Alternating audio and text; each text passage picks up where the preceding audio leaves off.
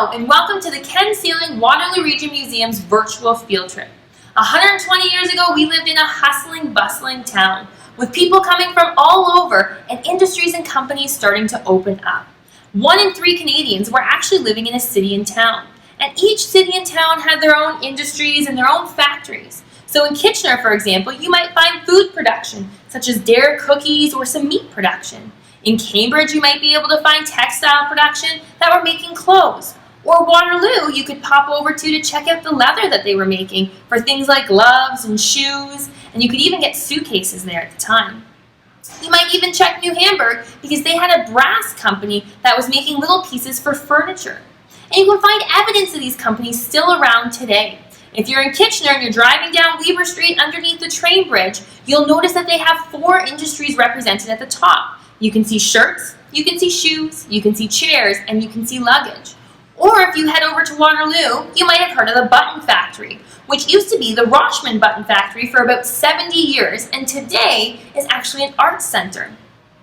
And if you're in Cambridge, you might drive by the beautiful Gore Mutual Stone Building, which is still an insurance company today. Now, these industries and these factories had a huge part of helping to develop the Waterloo region. Now, some of those early industries that helped establish Waterloo Region also employed women and children. Now, children in the early 1800s were seen as members who contributed to their household. What that means is that they would work to help pay the family's bills. We have evidence of that, of some children working in some of our local button factories, where in the 1880s they show that 6 boys and 10 girls were actually working inside that factory.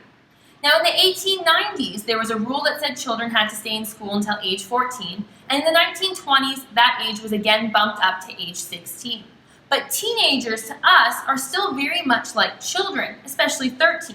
But it wasn't uncommon for children starting around those ages to start working in factories. Furniture factories were one of those places where children could get apprenticeships, where they could be working in those factories to start to learn a skill that they will use later in life.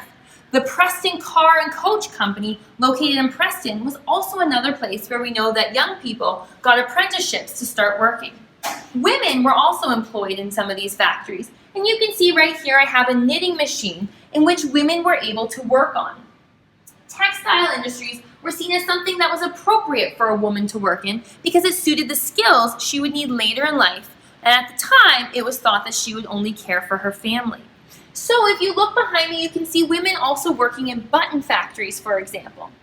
Women who did work were very much put in roles that were seemed appropriate for a woman at that time. So it would have something to do with caring for the family, the house, food preparation. You can even see right here some women packing boxes in the dairy factory about 100 years ago.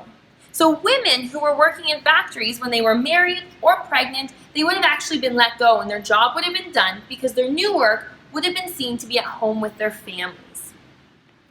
Now, women and children were seen as ideal employees for some factory workers because they could pay them a lower wage and they could do delicate work as well. So that was one of the reasons that they entered into the workforce in the first place. Now, I want to invite you to explore what children working in the workforce is actually like. You can go to World Vision and you can hear stories of children today who are still working instead of having the opportunity to go to school.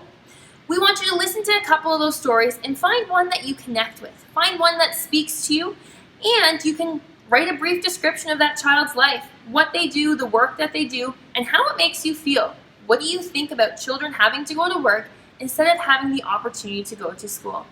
Can't wait to see what you find. Have a great rest of your day, and thanks for joining me.